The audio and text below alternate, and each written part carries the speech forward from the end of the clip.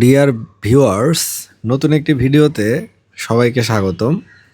আজকের ভিডিওতে আমাদের যাত্রাপথ শুরু হলো মাঠপাড়া ব্রিজ থেকে। অত্যন্ত সুন্দর একটি জায়গা মাঠপাড়া ব্রিজ, ধুনট উপজেলার ধুনট শেরপুর রোডের সুন্দর একটি জায়গা, সুন্দর একটা স্পট হচ্ছে এই মাঠপাড়া ব্রিজটা। এখান থেকে সূর্যাস্ত দেখাটা বা সুন্দর রৌদ্রোজ্জ্বল সকাল উপভোগটা বা দুপুর উপভোগটা সব টাইমেই, দিনের পুরোটা সময়েই এই জায়গাটা অনেক সুন্দর একটা জায়গা। কারণ এখানে বেশ প্রশস্ত, সামনে যেখানে বাম পাশে Mathpara girls school, Mathpara primary school, সামনে ডান পাশে যে রাস্তাটা গেছে, এই যে সিএনজির ওখানে যে রাস্তাটা, এই বিল্ডিংয়ের বিপরীত পাশে এটা চলে গেছে তারাকান্দি গ্রামের দিকে, তারাকান্দি, চালার ভিটা ইত্যাদি গ্রামের দিকে চলে গেছে। তো এই রাস্তাটার ওই অংশটা, ব্রিজ সংলগ্ন অংশটা দেখতে বেশ সুন্দর, খুব সুন্দর একটা পরিবেশ ওখানে বিরাজ করে এবং ফাঁকা জায়গা, এই জন্য দেখতে ভালো লাগে।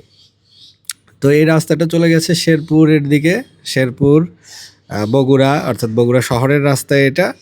এবং শেরপুর গেলে শেরপুর উপজেলার উপর দিয়ে তো হাইওয়ে চলে গিয়েছে, ঢাকা বগুড়া বা ঢাকা রংপুর হাইওয়ে। এজন্য শেরপুরে থেকে যে কোনো দিকে যাতায়াত করা যায়, উত্তরবঙ্গের সবগুলো জেলাতে যাতায়াত করা যায় এবং ঢাকার সাথেও খুব ভালো সংযোগ। আবার সিরাজগঞ্জ রোড পর্যন্ত গেলে সেখান থেকে আবার দক্ষিণবঙ্গে যাতায়াতের সুবিধা, অর্থাৎ খুলনার দিকে, যশোরের দিকে, কুষ্টিয়ার দিকে, ওই দিকে আবার বাস আছে, ওখান থেকে বাসের ব্যবস্থা ভালো।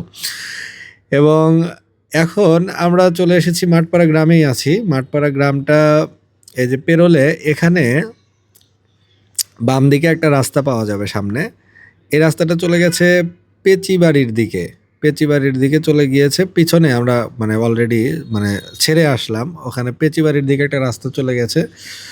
এবং এখানে আমরা মাঠপাড়া গ্রামেই আছি এখনও। মাঠপাড়া গ্রামের এইটুকু অংশ সুন্দর, এখানে যে জায়গাটুকু এটাও সুন্দর, কারণ বাম পাশে দেখতে পাচ্ছেন দিগন্ত বিস্তৃত কৃষি ফসলের মাঠ। এখন সূর্য অস্ত যাবে, পরন্ত বিকেল, শীতের বিকেল। এবং হাতের ডান পাশে দেখা যাচ্ছে না, হাতের ডান পাশে নিম্নাঞ্চল, নিচু অঞ্চল, কিন্তু বিস্তৃত ফসলের মাঠ, একটি খাল রয়েছে এবং বিস্তৃত ফসলের মাঠ রয়েছে।